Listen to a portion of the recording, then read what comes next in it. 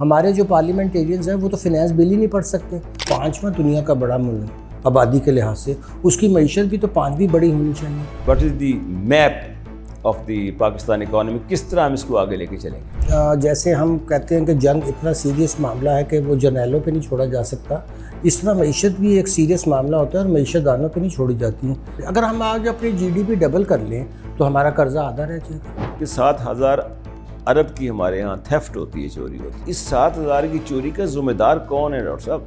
जब आप उन लोगों को जिनका अपना वेस्टेड इंटरेस्ट हो उन्हें रिफॉर्म्स के लिए कहें तो वो क्यों करेंगे? डू यू थिंक ये जो प्लान दिया है गवर्नमेंट ने, क्या आपने इसको प्लान को अगर पढ़ा है तो क्या इससे कोई हमारी इकोनॉमी में थ्रू टैक्सेशन की इंप्रूवमेंट से बेहतर हो सकती है? ये 104 स्लाइड्स या कुछ स्लाइड्स हैं और वो इतनी बेकार हैं कि पिछली सारी उन्होंने जो मामलात थे, और एक फर्देबाद ने एक स्लाइड्स बनाई, वो गया उसने प्राइम मिनिस्टर को कहा, प्राइम मिनिस्टर ने काबीना में उसको अप्रूव कर दिया, ना उसकी कोई डिबेट पब्लिक में हुई ना पार्लियामेंट में हुई। ये कोई प्लान नहीं है। आप अक्सर कहते हैं कि बड़े लोगों पर बड़ा टैक्स लगाना चाहिए। जहाँ जहाँ भी दुनिया में अच्छे टैक्स निज़ाम है वहाँ जो आप समझिए 1% टॉप के अमीर लोग होते हैं वो तकरीबन 90% टैक्स दे रहे होते हैं।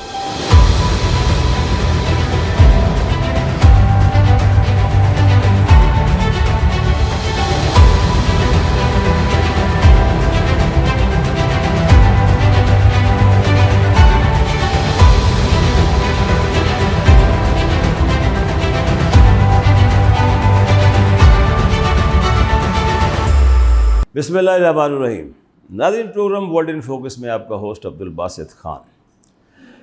मालिन, पाकिस्तान की मईशत को बड़े बड़े चैलेंजेस का सामना रहा है और अब भी हमारे पास बड़े बड़े चैलेंजेस मौजूद हैं, लेकिन बात यह है कि इन चैलेंज से निपटने के लिए जो हमारे इदारे हैं, फाइनेंस है, FBR है, स्टेट बैंक है, उससे कैसे नबर्द आज़मा हो रहा है, कैसे उनको काउंटर कर रहा है, ये एक कहानी है। इसके साथ साथ हमारे यहाँ आपको देखते हैं कि जो मंत्रा चल रहा होता है, हर जगह यही बात हो रही थी कि मईशत अगर मजबूत होगी तो पाकिस्तान मजबूत होगा। मिसाल रशिया की दी जाती है जी कि उनकी मईशत टूटी थी तो ख़त्म हुई थी तो साथ उनके टुकड़े टुकड़े हो गए। तो पाकिस्तान की मईशत के बारे में जिस तरीके से इक़दाम किए जा रहे हैं उसमें कुछ बेहतरी की असरात नुमायाँ होते नज़र आ रहे हैं। इसके अलावा taxation is very important subject और टैक्सेशन पे बात भी करेंगे।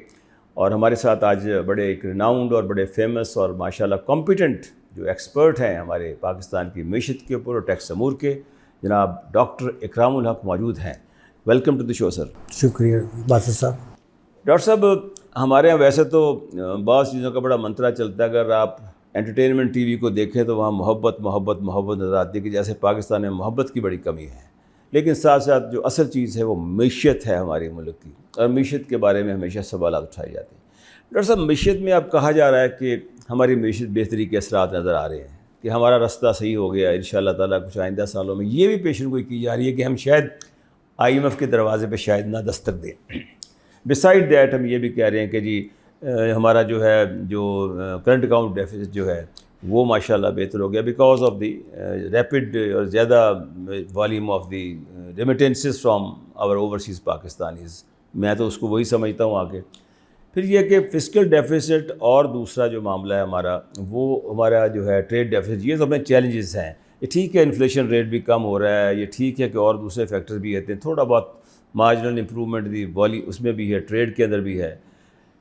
मैं डॉक्टर साहब ये पूछना चाह रहा हूँ कि हमारा जो 60% जो है वो तो हम टैक्स जो हमारा इकट्ठा होता है, रेवेन्यू इकट्ठा होता है या पैसा इकट्ठा होता है, आमदनी होती है, वो हम चले देते हैं इंटरेस्ट के ऊपर अदा कर देते हैं, ठीक है। बकिया से क्या हम करते हैं आपके सामने और बड़े मसाइल हैं हमारे पाकिस्तान के। मैं ये जानना चाहता हूँ कि in the presence of this present trade deficit and fiscal deficit क्या है, what is the map of the Pakistan economy, किस तरह हम इसको आगे लेके चलेंगे? जी बहुत शुक्रिया बासित साहब। देखें, हुकूमत का मौक़िफ़ हमेशा ये होता है कि अगर हम अपने आमदनी और अखराजात का जो फ़र्क है उसको कम करते रहें तो फिर एक स्टेज आएगी कि कम से कम जिसको हम फ़िस्कल मैनेजमेंट कहते हैं उस हद तक हम बेहतरी कर लें। लेकिन मईशत सिर्फ फ़िस्कल मैनेजमेंट नहीं है। जब तक आपकी इकॉनमी ग्रो ना करे, देखिए एक 240 मिलियन प्लस के मुल्क में आपकी आबादी जिस तेज़ी से बढ़ती है उसके अंदर आपको अगले कम से कम 40-50 साल का सोचना पड़ता है इसलिए जैसे हम कहते हैं कि जंग इतना सीरियस मामला है कि वो जर्नैलों पे नहीं छोड़ा जा सकता, इस तरह मईशत भी एक सीरियस मामला होता है और मईशत दानों पे नहीं छोड़ी जाती।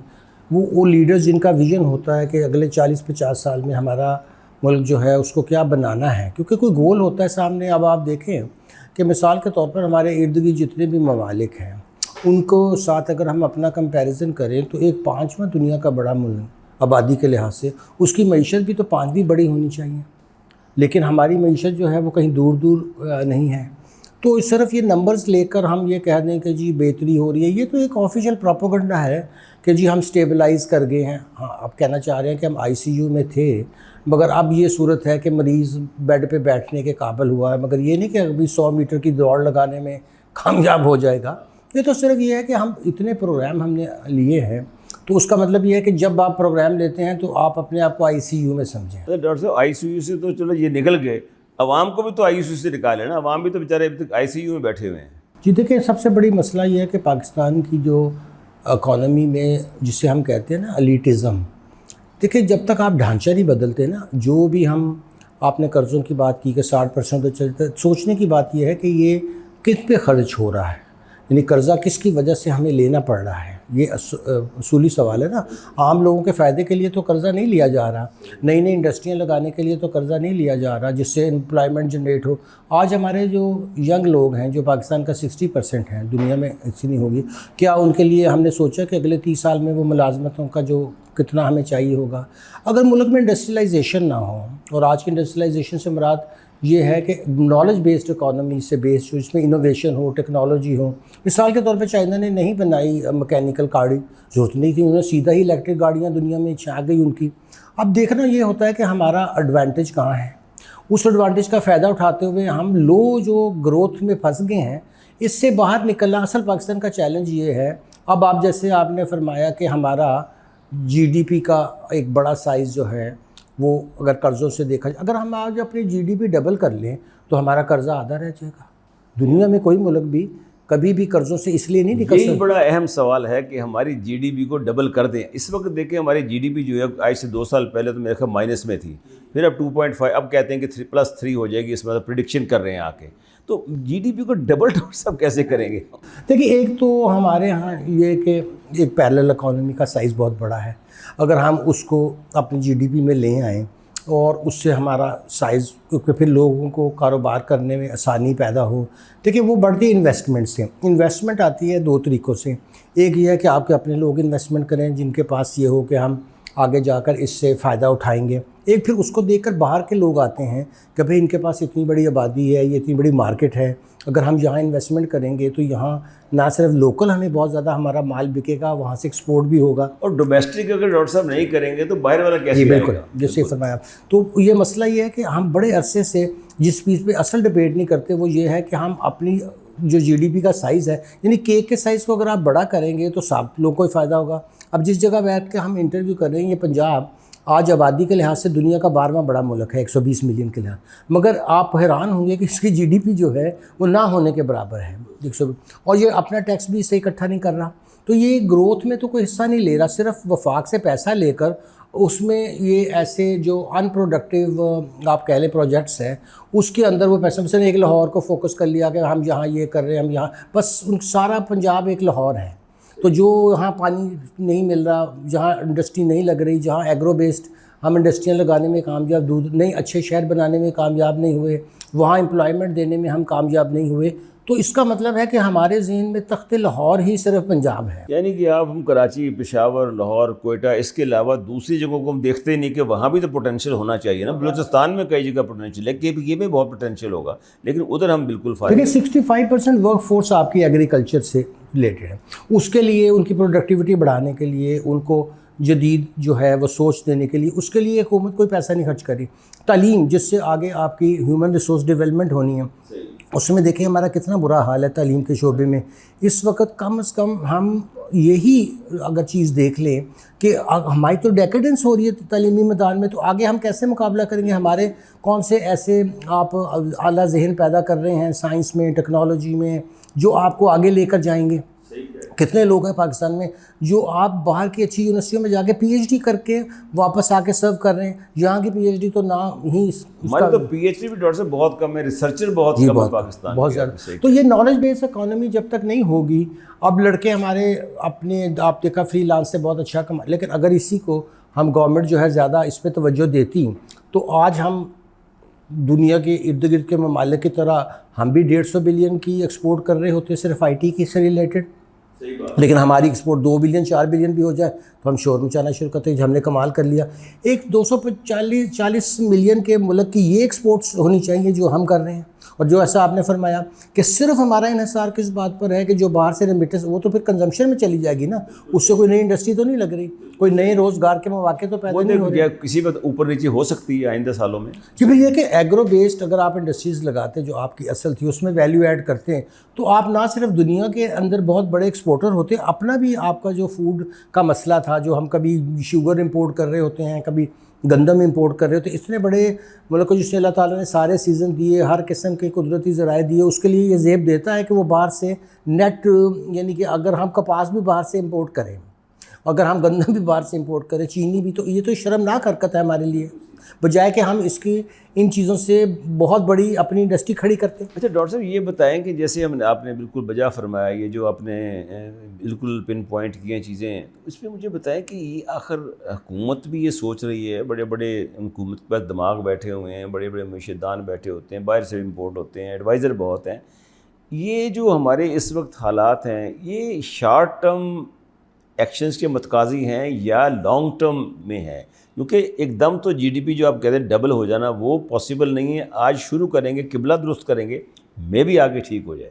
जी देखिए, कलेक्टिव एफर्ट अगर हम आज शुरू करें, जैसे आपने फरमाया, मिसाल के तौर पे डिस्ट्रिक्ट लेवल के ऊपर कोई किसानों की ट्रेनिंग का स्कूल नहीं है, अगर हम उन्हें वहाँ ट्रेनिंग दें और उन्हें बताएं तो कल हमारी जो प्रोडक्शन है वो आज हम 40 मन लेके बड़े खुश, 30 मन 25 मन, अगर ये डबल हो जाए तो आप जैसे फरमा, ये तो बहुत आसानी से हो सकता है। देखिए शॉर्ट टर्म उन जगहों पे आसानी से हो सकता है जहाँ आप साल में 4 क्रॉप्स लेते हैं, इंडस्ट्री के तो आपको पता 8-10 साल लगते हैं, मगर जहाँ आपकी सबसे बड़ा आपका एडवांटेज है वो ये है कि नियर हमारे पास ही जो ईस्ट पंजाब की प्रोडक्शन है वो 70 kg है पर एकड़, 70 kg पर एकड़, और हम तो 25-30 पे बैठे हैं। तो ये वो जगह है जहाँ आपने सिर्फ प्रोसेसेस चेंज कर रहे हैं, कोई बहुत बड़ा आपको नया इन्वेस्टमेंट नहीं चाहिए है। लेकिन डॉक्टर साहब हमारी पॉलिसियाँ भी तो ऐसी है ना, हमारे पास कोई चीज़ सरप्लस होती है हम फटाफट कहते हैं ज़रे वाले कमाते बाहर एक्सपोर्ट करते हैं, उसके बाद फिर किल्लत होती है बाहर से महंगे दामों पर इम्पोर्ट करते हैं। ये पॉलिसी का भी तो एक हमारे यहाँ ट्रस्ट डेफिसिट है बहुत लोगों में कि ये पॉलिसीज हमारी सही नहीं जी, लेकिन हम इस वक्त ज़्यादा एफिशिएंसी और प्रोडक्शन की बात कर रहे हैं कि अगर कॉस्ट हम अपनी कम करें, प्रोडक्शन की टैक्सेस हैं, हमारी इलेक्ट्रिसिटी कॉस्ट है, ये हम कम करें। देखिए वहाँ वो जहाँ हम बात कर रहे थे वहाँ वो बिल ही नहीं लेते उनसे, किसानों से, क्योंकि ज़रूरत नहीं है। जब वो उनके लिए इतना सरप्लस पैदा करते हैं कि होल ऑफ इंडिया, मशरक़ी पंजाब की जो है वो ग्रेनरी पे ज़िंदा है, और वहाँ से फिर आप देखिए कि चावल की एक्सपोर्ट इंडिया ने बंद की तो हमारी बढ़ गई, वरना हम उधर भी मुकाबला नहीं कर पा रहे हैं। फिर आपको अमूल का मॉडल पता है जो कि कितने अरसे से कोऑपरेटिव है, वो ना सिर्फ इंडिया में सारी जो है वो डेयरी प्रोडक्ट्स बल्कि अब चाइना को भी एक्सपोर्ट कर रहा है। अब चाइना हमें कहता है कि जी आप हमें काऊ चीज़ दें, बहुत बड़ी डिमांड है उनकी, हम नहीं दे पाते हैं। तो हम किसी जगह काम करने को जिसमें एफिशिएंसी हो, जिसमें इनोवेशन हो, उसकी तरफ हमारी तवज्जो ही नहीं है। डॉक्टर साहब ये ट्रांसफॉर्मेशन प्लान एक प्राइम मिनिस्टर साहब को पेश किया गया था, आपको याद होगा, क्योंकि 7,000 अरब की हमारे यहाँ थेफ्ट होती है, चोरी होती है, और उसमें उन्होंने बताया कि ये जो 3-4 फैक्टर हैं कि कस्टम ड्यूटी होती है, सेल टैक्स होती है, या दूसरे टैक्सेस हमारे होते हैं, इनकम टैक्स है। तो ये अगर एक आइडेंटिफाइड है 7,000 की, तो इस 7,000 की चोरी का ज़िम्मेदार कौन है डॉक्टर साहब? देखिए टैक्स के सिस्टम पे तो, और टैक्स के जो कल्चर है उसके ऊपर हमने बहुत प्रोग्राम आपके साथ भी किए, बहुत इस पर लिखा भी, किताबें भी लिखी, मगर कोई भी एक पैराडाइम शिफ्ट जिसे कहते हैं वो टैक्स पॉलिसी में और टैक्स के ढांचे में नहीं लाना चाहता, क्योंकि वहाँ भी वही मसला है कि हमने तकरीबन इस वक्त बाहर से ही इतने लोन लिए हैं टैक्स की रिफ़ॉर्म के लिए कि ये अगर केस स्टडी की जाए तो पाकिस्तान को पता चलेगा कि $1 बिलियन ही ज़ाया कर दिए और कोई रिफ़ॉर्म ना हो सका। तो उसकी वजह ये है कि जब आप उन लोगों को जिनका अपना वेस्टेड इंटरेस्ट हो उन्हें रिफ़ॉर्म्स के लिए कहें तो वो क्यों करेंगे। अब हम उनसे पूछते हैं, यानी कि जो एडमिनिस्ट्रेशन के लोग हैं, कि आप बताएं रिफ़ॉर्म कैसे हों, तो वो क्यों रिफ़ॉर्म्स करेंगे। उन्हें तो आपको रिफ़ॉर्म प्रोग्राम बनाकर उनको बताना है कि जी हमने आप पे नाफिज किया दिया, अगर आपने काम करना है करें, नहीं करना तो आप घर चले जाएं। कभी नहीं करेंगे जी वही। ये आपको याद होगा इशरत हुसैन साहब की नाकामी की वजह भी यही थी कि उन्होंने सारा ढांचा बना लिया, आइन तक प्रोग्राम बना लिए, मगर नाफिज करने वाली कमेटी में खुद वही लोग बैठे हुए थे। तो ये है क्राइसिस असल में। बाहर के मुल्कों में रिफ़ॉर्म हो, कोई टैक्स पॉलिसी हो, वो पार्लियामेंट बनाती है, पार्लियामेंट में डिस्कस होते हैं, लोगों से डिस्कस किए जाते हैं, माहिरीन को बुलाया जाता है, ओपन डिबेट्स होती हैं, फिर उसको नाफिज किया जाता है। हम ऐसी कोई डिबेट करते नहीं। हमारे जो पार्लियामेंटेरियंस हैं वो तो फिनेंस बिल ही नहीं पढ़ सकते। वो जो बन के आता है FBR से और लॉ में, वो उसके ऊपर बस एक रबर स्टैम्प का काम करते हैं।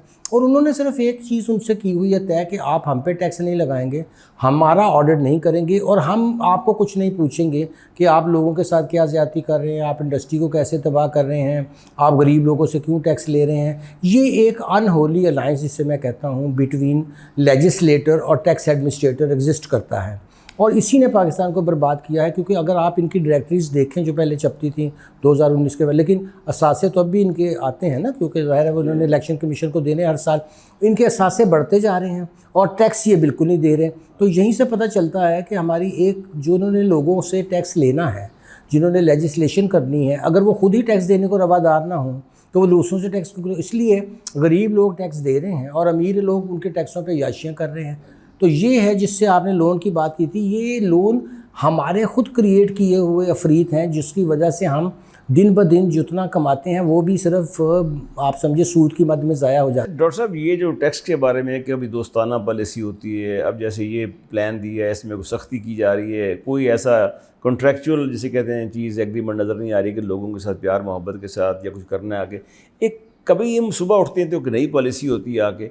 डू यू थिंक ये जो प्लान दिया है गवर्नमेंट ने, क्या आपने इसको प्लान को अगर पढ़ा है तो क्या इससे कोई हमारी इकोनॉमी में थ्रू टैक्सेशन की इंप्रूवमेंट से बेहतर हो सकती है? ये तो बिल्कुल कोई प्लान है ही नहीं। ये 104 स्लाइड्स या कुछ स्लाइड्स हैं और वो इतनी बेकार हैं कि पिछली सारी उन्होंने जो मामलात थे, और एक फर्देबाद ने एक स्लाइड्स बनाई, वो गया उसने प्राइम मिनिस्टर को कहा, प्राइम मिनिस्टर ने काबीना में उसको अप्रूव कर दिया, ना उसकी कोई डिबेट पब्लिक में हुई, ना पार्लियामेंट में हुई। ये कोई प्लान नहीं है, ये रिफ़ॉर्म का प्लान ही नहीं है। ये तो सिर्फ़ और सिर्फ आप समझिए कि, और उन्होंने कर्ज़ा भी मांग लिया 70 मिलियन का वर्ल्ड बैंक से। ये सिर्फ़ और सिर्फ मज़ीद टैक्स एडमिनिस्ट्रेशन के लिए मराहत और उनको जो है मज़ीद ज़ालिम बनाने की तरफ, इनका हर रिफ़ॉर्म का पर्पज़ ये रहा है कि हमें और पावर्स दी जाएँ, हमें और फैसिलिटीज़ दी जाएँ, और उसके नतीजे में ये नहीं बताते कि उसके नतीजे में आपकी कारकर्दगी क्या है, वो बिल्कुल ज़ीरो होती है। डॉक्टर साहब, 45% टैक्स हमारे यहाँ लगा है। मुझे बताइए, सैलरीड पेशा आदमी देखे ना, एक है आप उसका, वो सबसे ज़्यादा टैक्स जो है इस वक्त पाकिस्तान में जिसे कहते हैं, उसको इनाम देना चाहिए सैलरीड पेशा लोगों को कि वो अपनी बसात से ज़्यादा टैक्स अदा कर रहे हैं। लेकिन उनको मराहत जब देने की बात करती है तो कहते हैं जी IMF से पूछ के बताएंगे। गवर्नमेंट के पास कोई ऐसी चीज़ नहीं है कि वो खुद फैसला करें कि भी हमने एग्जाम्पशन जो है टैक्स की है जो उसको देख लें हम आगे। 6 लाख पे मेरा ख्याल इस वक्त फ्री है, उसके बाद ऊपर टैक्स हो जाता है। आप इसको बढ़ा दें लिमिट को, उधर उधर उधर आप उसको लिमिट को बढ़ाते हैं या कुछ करते हैं, साथ ही उधर आप उनमें टैक्स ज़्यादा लगा देते हैं, तो वो बेनिफिट इनको नहीं मिलता बिल्कुल आगे। ये पिछले साल भी इसी तरह हुआ है। देखिए, उसमें सबसे बड़ा पॉइंट ये है कि जब हम इतना टैक्स बढ़ा रहे हैं तो कभी किसी ने सवाल नहीं किया कि आपने 4 ट्रिलियन की एग्जम्पशंस किन को दे रखी। एक तरफ तो आप उन लोगों से जो बिल्कुल ही सफ़ेद पोश और बेचारे आप बड़ी मुश्किल से हैंड टू माउथ गुजारा कर रहे हैं, उनसे आप इतना टैक्स ले रहे हैं, और दूसरी तरफ आपने 4 ट्रिलियन की, अब 4 ट्रिलियन में छोटी अमाउंट नहीं होती, 4 ट्रिलियन की एग्जम्पशन है जी, वो ये इसको वो टैक्स एक्सपेंडिचर कहते हैं। अब वो रिपोर्ट छपती है, अगर आप उसमें देख लें तो आपको पता चलेगा कि इस मुल्क में हमारी जितने भी ऊपर मराज याफ्ता लोग हैं उनके सारी चीज़ें एग्जम्प्ट हैं। अब एक जज साहब हैं, उनको 26 लाख समझे सैलरी मिली, वो कहते हैं कि मैं किसी चीज़ पे टैक्स नहीं दूंगा, घर के मेरे सारी जितनी मेरी मराहत हैं हर चीज़, और इसमें भी जो मुझे स्पेशल अलाउंस मिल रहा है, जुडिशियल मिलता है, बिजली फ्री है, स्पेशल जुडिशियल अलाउंस किस बात का, वो भी टैक्स एग्जम्प्ट हैं।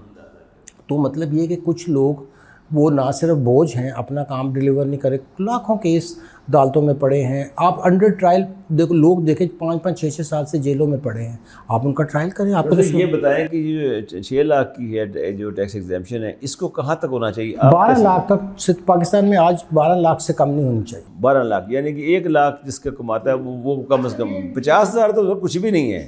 तो अच्छा, एक ये कहते हैं कि रिटेलर्स जो हैं हमारे बहुत बड़े, फिर ये जो हाउसिंग सेक्टर है दूसरे जहाँ पर अक्सर ट्रांजैक्शन हमारी होती हैं आके, ये बहुत ऐसे एग्रीकल्चर के बारे में कहते हैं। आप समझते हैं कि ये हुकूमत क्यों आखिर इनको नहीं पकड़ती, क्यों नहीं कहती कि यहाँ से एक बहुत बड़ा हमारे पास मार्जिन है कि टैक्स कलेक्शन का? ये लोग फंडिंग करते हैं उनकी। देखिए इलेक्शन की जो फंडिंग होती है उसके पीछे ये हाउसिंग का माफिया, उसके पीछे ट्रेडर्स की पावर। अब ये वो तबकात हैं जिनको के ज़रिए से हमारे पॉलिटिशियन जो हैं वो पैसा बनाते हैं और उन्हीं के ज़रिए वो इलेक्शन लड़ते हैं। तो वो उनको क्यों टैक्स लगाएंगे? देखिए वो अपने ऊपर भी टैक्स नहीं लगने देंगे और इन लोगों को भी प्रोटेक्ट करते रहेंगे। वो उसका नुकसान क्या होगा कि जो नीचे लोग हैं सैलरी वाले, अच्छा फिर उसका एक और नुकसान कि जो आदमी इन्वेस्टमेंट करके यहाँ एम्प्लॉयमेंट जनरेट करना चाहता है उसको 30 महकमे आ जाएंगे उसके ऊपर। वो क्यों बेचारा अपने आप को यहाँ मुसीबत में डालेगा? अब वो जाकर दुबई में एक छोटी सी इंडस्ट्री लगा ले तो उसके लिए कोई मसला नहीं है, वहाँ उसे टैक्स भी नहीं देना है, हर तरह की सहूलत भी हासिल है। डॉक्टर साहब चीदा कुछ 4-5 चीज़ें बताएं आपके पाकिस्तान में। आप माशाल्लाह एक्सपर्ट हैं टैक्स के ऊपर, सेरे हासिल आपकी कमांड है उसके ऊपर। आप बताइए कि क्या 5-6 इक़दाम ऐसे हैं जिससे पाकिस्तान में टैक्स की कलेक्शन ज़्यादा हो जाए? जी देखिए, एक सबसे पहला मसला तो ये है कि अगर हम अपने टैक्स रेट्स कम करें और बेस को जो है बढ़ाएं, क्योंकि इस वक्त आम बात होती है कि जी टैक्स रेट कम करें, बेस ज़्यादा बढ़ाएं। इस वक्त हमारी बेस इतनी नैरो है कि जो लोग रिटर्न फाइल कर रहे हैं वो हार्डली 6 मिलियन आप समझिए रिटर्न्स आई हैं और उसमें से आप देखेंगे 40% ने तो नील इनकम रिटर्न कर दी। नील दे रहे हैं वो, तो क्या फ़ायदा उसका हुआ? तो जहां आप टैक्स के रेट कम करें वहां कम से कम पाकिस्तान की आबादी के लिहाज से टैक्सेबल तो ये बड़ी इंपॉर्टेंट बात आपने कर दी। हर एक बंदा बात करता है लेकिन हुकूमत नहीं इस पर करती है, अमल नहीं कर रही। दूसरा बताइए। दूसरा देखिए, आप अपनी टैक्स एडमिनिस्ट्रेशन एक करें, पूरे मुल्क की एक फेडरलाइज टैक्स एजेंसी बनाए जैसे दुनिया में होती हैं और एक उस बंदे को सिर्फ एक ही एजेंसी से ऑनलाइन डील करना हो, वही सारे टैक्सेस इकट्ठे करें और आइन के फार्मूले के तहत तब्दील हो जाए। अभी सिंप्लीफाई किया जाए। अपनी रिटर्न्स की जो कंप्लाइंस है उसको सिंप्लीफाई करें आप, और ये जो इतने विद होल्डिंग टैक्सेस हैं इनको ख़त्म करें। दूसरा इंपोर्ट स्टेज, होल्डिंग टैक्स बड़ा इंपॉर्टेंट है, कितना इसका रोल है इसके अंदर हमारे? देखिए जो हमारी इस वक्त डायरेक्ट इनकम टैक्स है उसमें 70% तो ये आ रहा है और ये भी इनडायरेक्ट मोड में है, ये लोग पास ऑन कर देते हैं। तो फ़ायदा क्या है? आम आदमी पड़ता है। इंपोर्ट स्टेज पे आप अपने टैरिफ्स कम करें ताकि आपका जो रॉ मटेरियल है सस्ता है और आप उससे आगे बेहतर चीज़ें बना सकें। अब आप अगर वहीं इतना ज़्यादा टैक्स लगा देंगे जो इंपोर्ट स्टेज पर है तो आपकी तो एक्सपोर्ट ही महंगी हो जाएंगी। तो ये 3-4 बड़े काम हैं जो अगर कर लिया जाए तो पाकिस्तान में आपकी टैक्स। अक्सर ताजर कहते हैं जनाब हमें बार बार नोटिस दिए जाते हैं, हमारा ऑडिट के लिए जनाब होता है हमारा मसला, और ये जो इसको भी हमें धमकाया जाता है, क्वेश्चन किया जाता है। डू यू थिंक कि पॉलिसी कोई फ्रेंडली हो कि इसको फ़ायदा है? नहीं देखिए, अगर आप सिंगल पेज रिटर्न कर दें और वो ऑनलाइन फाइल हो, उर्दू में भी हो, अंग्रेज़ी में भी हो, मैं तो कहता हूँ वो इलाकाई ज़बानों में भी हो, और हर बंदे से कहें कि वो सिर्फ 3 फैक्टर बता दे कि जी मैं ख़ुद कहीं एम्प्लॉय हूँ तो मेरा एम्प्लॉयर कौन है, फिर हम एम्प्लॉयर से पूछ सकते हैं कि भी आप कितनी सैलरी दे रहे हैं और इसका टैक्स कंप्लाइंस एम्प्लॉयर कर देगा। ज़रूरत ही नहीं हर लोग से आप टैक्स वालों से, सिर्फ जिसकी सिर्फ इनकम एम्प्लॉयमेंट से उसको क्यों आप तंग करते हैं? उसका तो कोई और सोर्स ही नहीं है। उसके बाद आप पूछ लेंगे जी अगर आपका कोई बिज़नेस है तो आप उसका पता बता दें, आपका क्या नेचर है और आपकी ग्रॉस रसीट कितनी थी, खर्चा कितना था, नेट इनकम कितनी, बस ये 3 चीज़ें पूछ लें। और जाहिर है कि ये बड़ा आसानी से हो सकता है मगर वो कॉम्प्लिकेशन रख कर, क्योंकि करप्शन तभी होती है जब आपके प्रोसीजर कॉम्प्लिकेटेड हों, जब आपके पास डिस्क्रिशन हो। अगर ये 2 चीज़ें हम टैक्स निज़ाम से निकाल दें जैसे पूरी दुनिया में हुआ है तो फिर लोग वॉलंटरली फिर फाइल करेंगे। डॉक्टर साहब इनडायरेक्ट टैक्स जो है ये आवाम के ऊपर एक क़यामत ढाता है हमेशा। जब बजट आता है तो इनडायरेक्ट टैक्स लगा देते हैं आगे और उसका बोझ आवाम पर पड़ता है। आप अक्सर कहते हैं कि बड़े लोगों पर बड़ा टैक्स लगाना चाहिए, तो अब ये इसका उससे तो ताल्लुक़ नहीं है वो जो बेस का बढ़ाना और कम करना। बड़े लोगों पर जो बड़े लोग हैं जिनकी इनकम ज़्यादा है वो ज़्यादा टैक्स दें ताकि गरीब लोगों की बेचारों की मुश्किलें आसान हों। जी ये बिल्कुल सही फरमाया आपने। जहाँ जहाँ भी दुनिया में अच्छे टैक्स निज़ाम है वहाँ जो आप समझिए 1% टॉप के अमीर लोग होते हैं, वो तकरीबन 90% टैक्स दे रहे होते हैं, जिसकी वजह से उसका बर्डन जो है वो गरीब लोगों पे नहीं आता। हमारे बिल्कुल उलट है कि हमारे नीचे के लोग तो बेशुमार टैक्स दे रहे हैं और उनका एक्नॉलेज भी नहीं होता।